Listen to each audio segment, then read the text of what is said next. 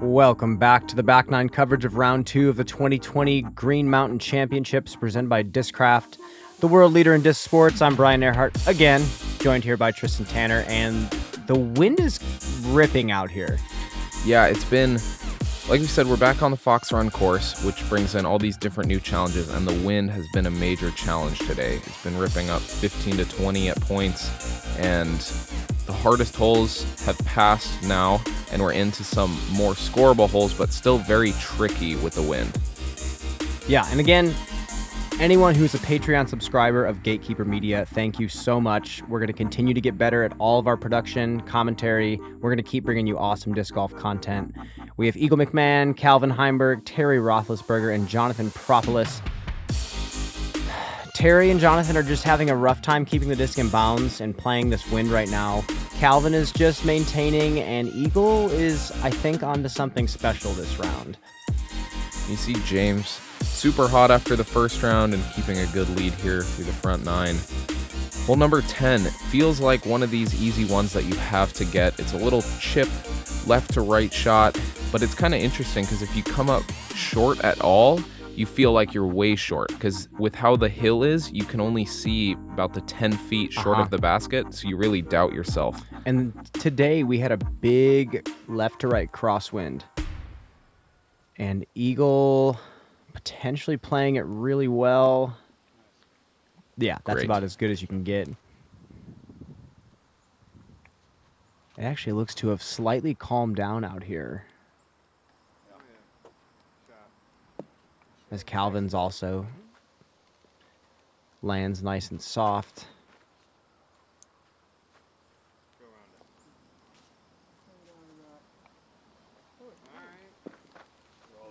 And just circle there for Jonathan.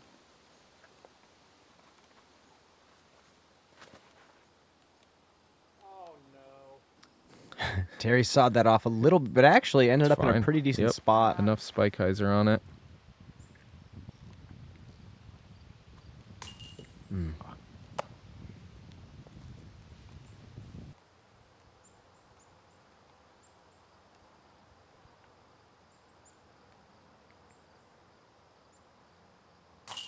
There's a good putt there from Terry. Especially after the rough putt in the last hole, it feels nice to get a birdie. And after he made that putt, he said, found a new putter. He switched. Sometimes there's a psychological element to it, for Yep. sure. Chucking the old putter in the trash and bringing out a new one.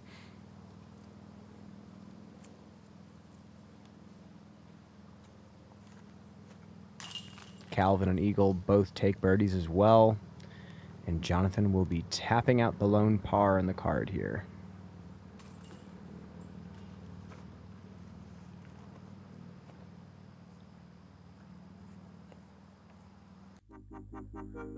Moving on to hole number 11, there's kind of two schools of thought on this hole. One is keep your drive a little bit shorter, and then you can just kind of dump a shot down and have a putt on the green, or you can go for a little bit longer of a tee shot and then try to finesse it and get more parked onto the green. Exactly. This middle gap that the drone was flying to the basket is the one you want to attack if you're in position for it. There is an outside line coming into the woods. It's a little bit more guarded. Looks like Eagle's playing with that just chip forehand hyzer. And I guess his chip hyzer is 380 feet. So Yep. he's still in a decent spot in the fairway.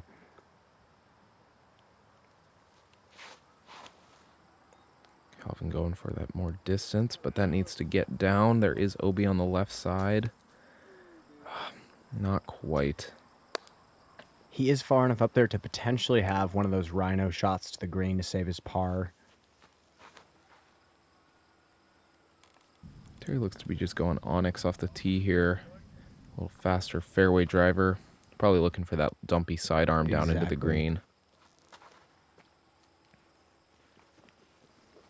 That's a smooth shot there from Jonathan. I believe that's a Raider he's throwing.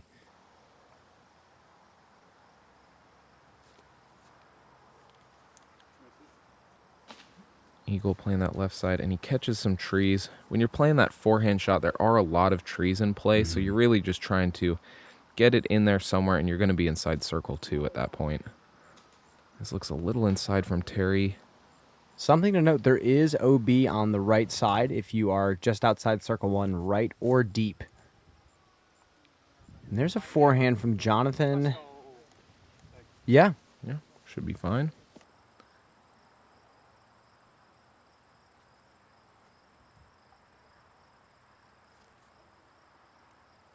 Looks like a gator chip shot or Cayman. And he should be right there. Yeah. Eagle's probably going to have a tricky putt here. It's about 55 away. He just chooses to lay that up. Oh, needs to sit. Okay. Sat down just fine. Got a little scary there for a second. And Terry has to go to a patent pending. Not going to mess with that one. There's Great a sweet putt. birdie putt from Jonathan. Beautiful.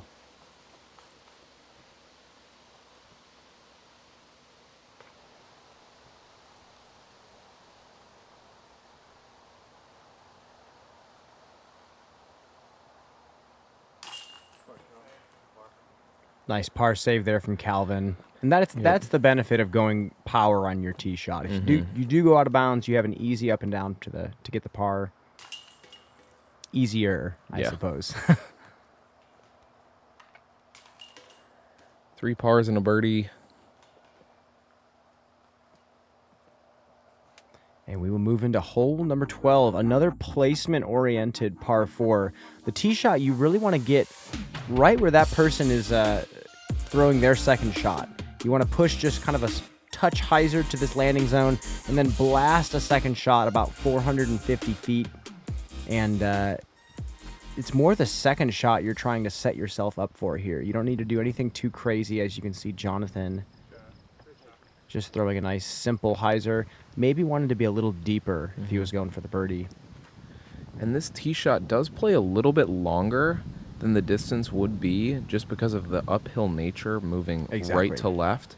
And you really want to be up on top of that little bit of plateau, like you were saying.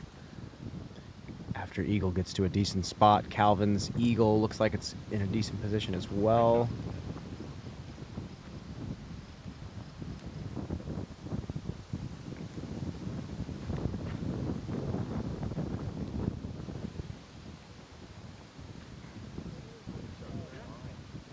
Terry gets on the plateau as well.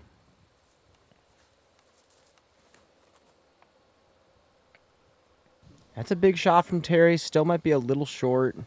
Yep, just a little bit low.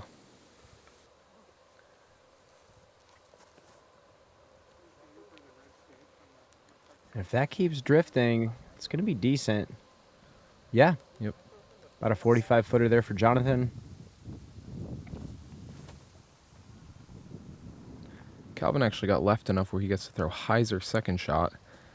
Oh, and that's great. That's so good. Based it. Eagle using his rangefinder, trying to see what distance he's at. Like you said, this is one of the more deceiving distances on the course, this second shot. Yeah, there's that little bit of a false front there around the edge of circle 2. So a lot of times you think you'll be inside the circle and really you're still just right at that edge. Looks like Eagle might be lining up a forehand here.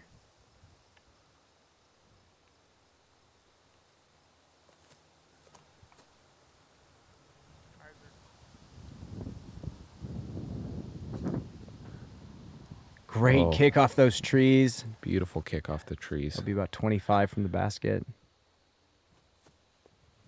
Terry trying to give it a run. Ooh. Maybe that new putter was a good idea. Yep.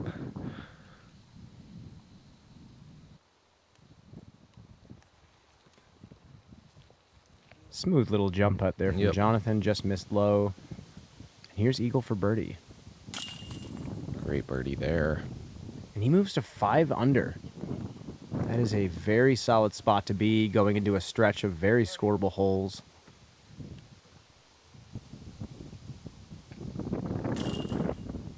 Oh, a little scary in the chains there.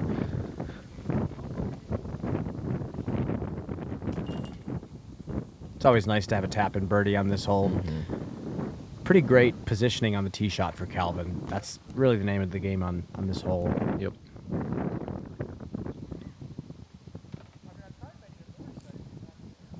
I just want to send a huge thank you out to all of our Innova throwers that have supported the Tour Series program. Every player on Team Star and Champion has a special signature disc available at the Innova factory store and at retailers around the world. Huge part of what keeps us able to do what we love and be professional disc golfers out there on tour. So thank you so much for supporting it. Hole number 13, par 3, 375 feet. This electrical line, this pole here is a very good indicator of where you want your disc to hyzer. It's a nice reference point. You're throwing a subtle hyzer at the pole and letting it drift right in front of it to get to this basket. Yep. Anything early is where you're in trouble. Oh, and he hits the one tree. Still in a decent spot to look at a birdie. Yep. And you saw Eagle electing for a fairway driver. People can throw anything really that they are comfortable with on this hole. Anything. I've seen people throw 13 speeds and I've seen people throw putters. And Calvin pretty easily puts it under the basket yet again for the birdie. A more inside line from Jonathan. There is a gap early, but you will have some sort of trick putt most of the time.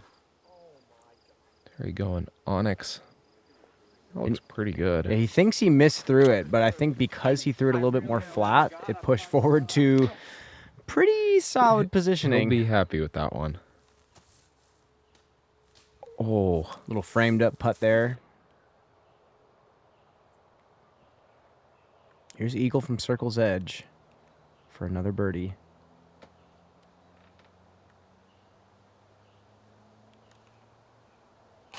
Oh, and he gets it again. great putt.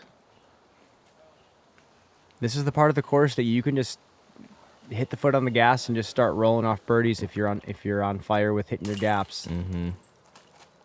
Uh-oh.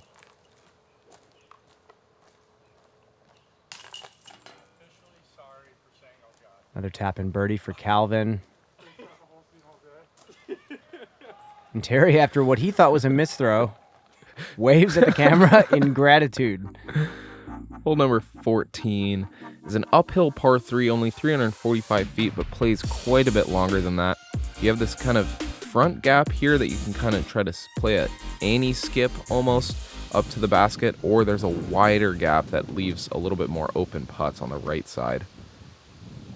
Oh boy, that wind was ripping, and Eagle has thrown. Oh my gosh! Great, it's great.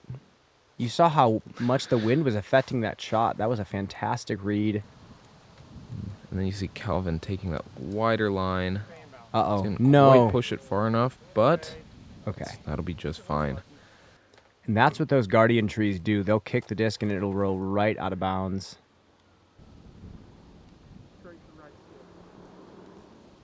Going out of bounds on that one. Jonathan going more flex line. Not sure if he got the amount of flex he wanted on it, but he'll have a long look at the basket. Yep. Just a layup through the trees there. This is a green where if you're in the wrong spot, you can have no putt. Sit down. Calvin misses, and we'll take another 3. Here's Terry for birdie.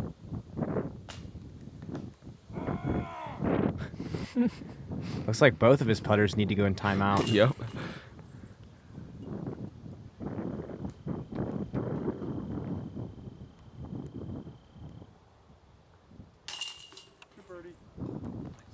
And there's another one for Eagle. Park job on this hole. That Not is something a you turkey see for too him. often.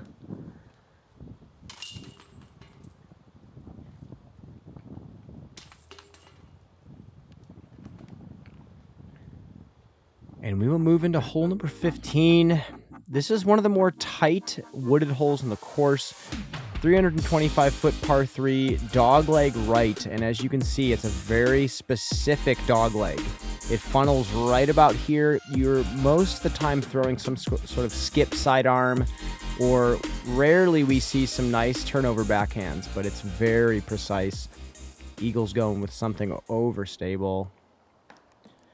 You see, he just barely missed that break point and hit that backside tree. Calvin looking for a lower skip and just couldn't quite get it to move right in time. This is a shot Terry's really good at.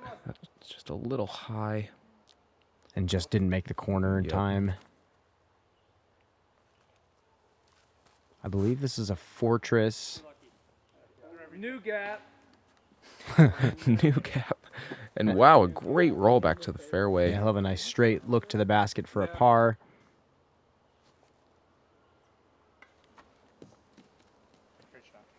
Great shot.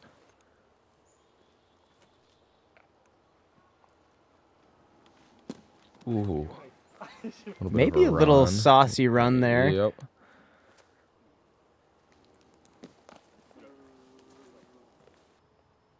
An eagle for another birdie. Man, he is just on a roll right now. That is 4 straight for Eagle. He moves to 8 under par on a day where a good round was anything under par. Mm-hmm.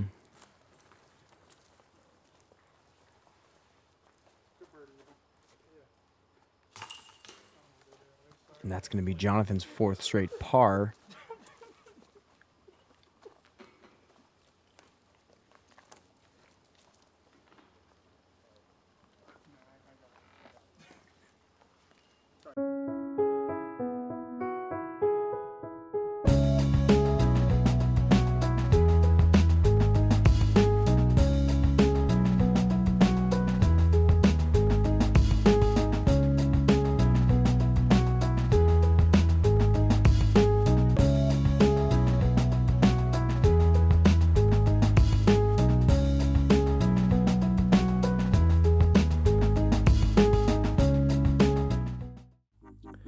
Moving on to hole number 16. This is a very tricky, wooded, open mix hole. The first part of this fairway is very wooded, and like we've said multiple times, the slopes. This one is sloping left to right, and there's a lot of roofs in the middle of the fairway. You want to be up more on the left side to then open up the second shot where you can leave it out a little bit more right of the basket. Yeah, I think this was one of the toughest second shots that we see on tour. Any bit off center from the fairway that you are, the harder your shot is to get out to that green. Players are hoping to push something way up this fairway to counteract that, and Eagle has kicked to a rough spot. Those skinny trees are very tightly packed. There's a correction from Calvin. That's a great shot. Perfect.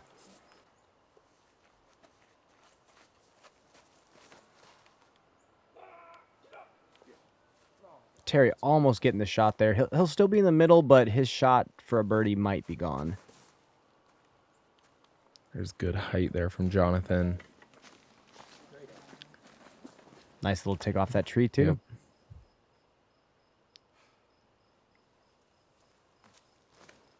And he's going for it. That's a pretty common play. Just trying to get out the gap and kind of dumping it to the left side. There is no OB up there on the left side. You just have to scramble for your approach. And that's a great shot from Jonathan there. A nice soft flex line, too. I don't think that was too overstable of a disc that he threw. That's a lot of finesse. Yeah, it looks to be Eagle's just going to have to putt back to the fairway.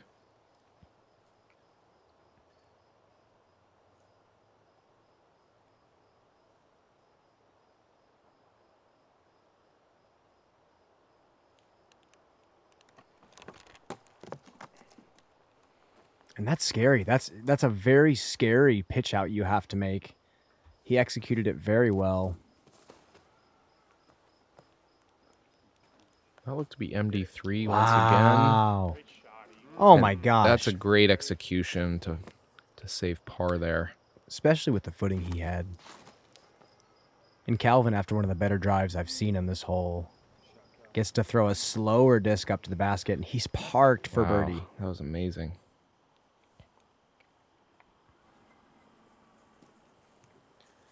Terry there, pitching out after being in the rough. Needs to slow down. And he put himself a little deep, right about circle's edge, 28 feet.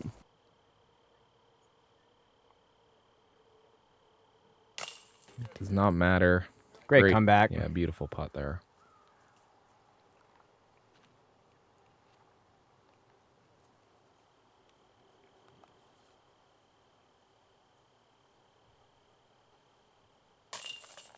And the new putter goes in the basket. Yeah. Great putt there from Terry.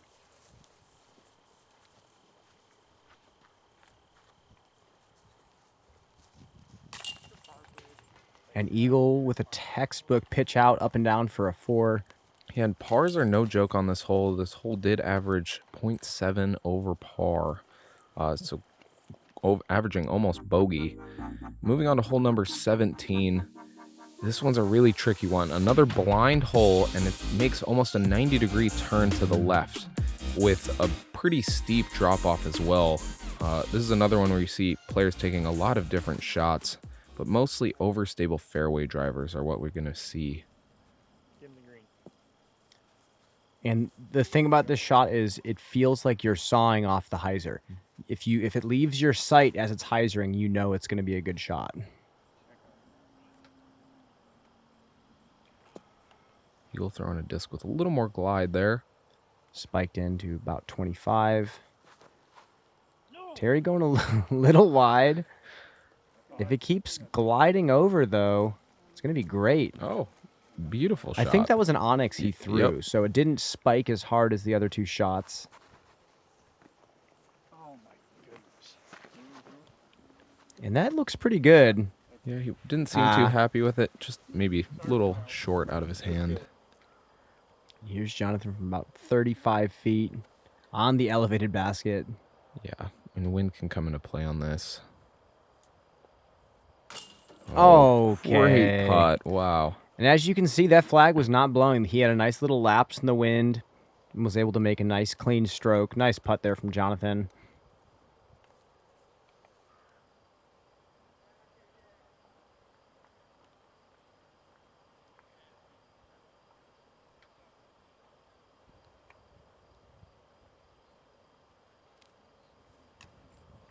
Oh. Uncharacteristic miss from Eagle there.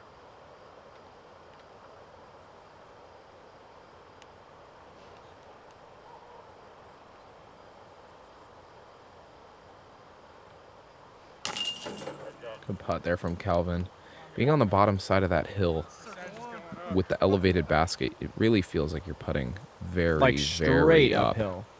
And luckily the wind was not blowing hard when he had that putt. That would have been almost impossible if any sort of headwind presented itself. Sneaks that one in there.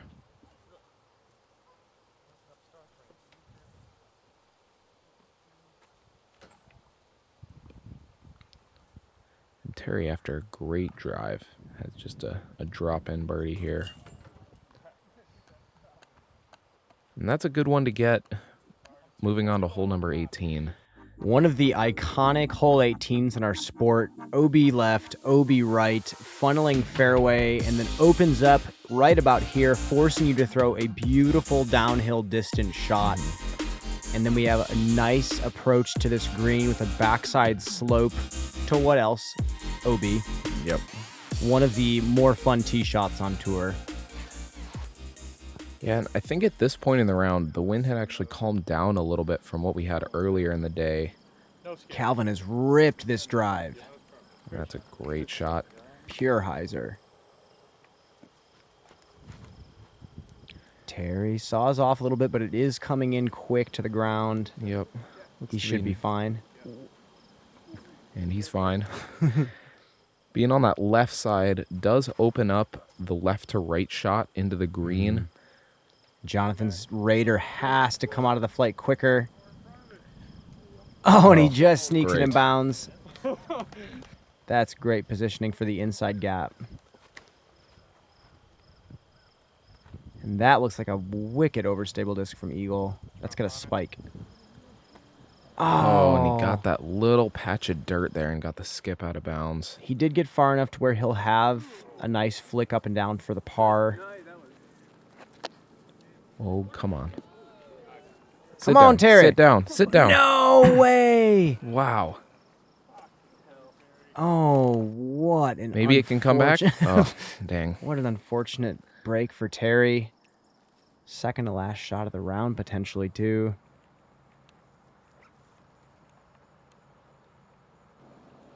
Jonathan going inside flick.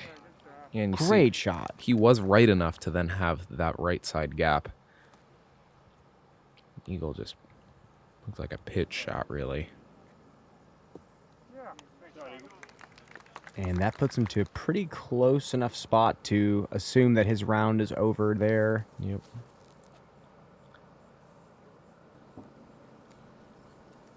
Why have we not seen a signature rhino from Calvin? Yeah, I don't really know. He throws it on pretty much every hole. I Innova, feel like. wake up. Rhino 3, folks.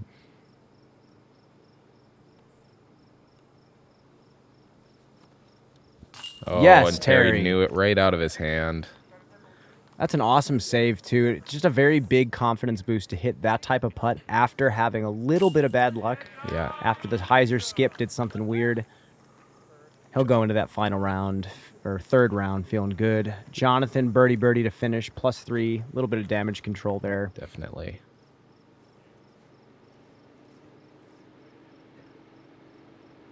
There you go, Calvin.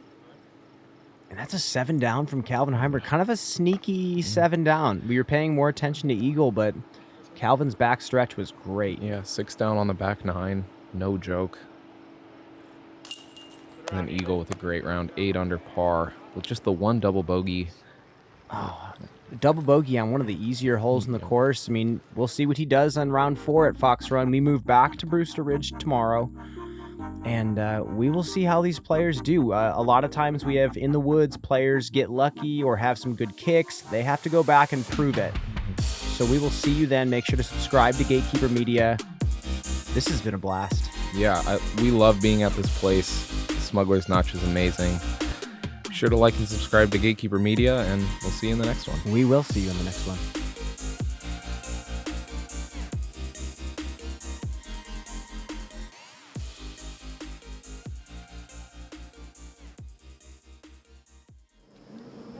We're here with Eagle McMahon, tied for second place after an 8-under round on Fox Run, matching his 8-under from yesterday. Eagle, how'd it feel out there? It feels stressful, but you know, I felt like that round was the best I've ever been in control at Fox Run, and I can say the same about Brewster. So to have 2 8-unders under my belt, that's really what I'm aiming for. I'm kind of hoping to average right at 8 under, so I'm doing a pretty good job. And to say that I'm in second place, you know, nothing but smiles, honestly. You had a lot of birdies out there, and no bogeys, only 1 double. How'd you turn it around after that double on 2? It was a little bit, I felt a little turbulent afterwards, just thinking, you know, getting the birdie on 1 and then losing it and then being 1 over. I pured the shot on 3 with my P3X, and afterwards I just figured, all right, I'm par for the 3 holes. I can just kind of restart and play how I normally would, and gradually racked up birdies. After 7, 8, 9, which is a brutal stretch, was 3 under, got the birdie on 4, and right there I had the foundation to continue my round to put a solid number up. 2 great rounds to start. So last question, how are you feeling going into the weekend? Feeling good so far. I just want to play within myself. You know, I'm rewriting the playbook. I was listening to Nate Doss out there, and you know, I'm throwing some shots out on a few of the holes that not many other people throw. Had 2 weeks to practice here, so you know, I'm just doing what works for me. You're well positioned. Great round today. Thanks for your time, and we'll see you on Saturday at Brewster Ridge. Sweet. Thanks.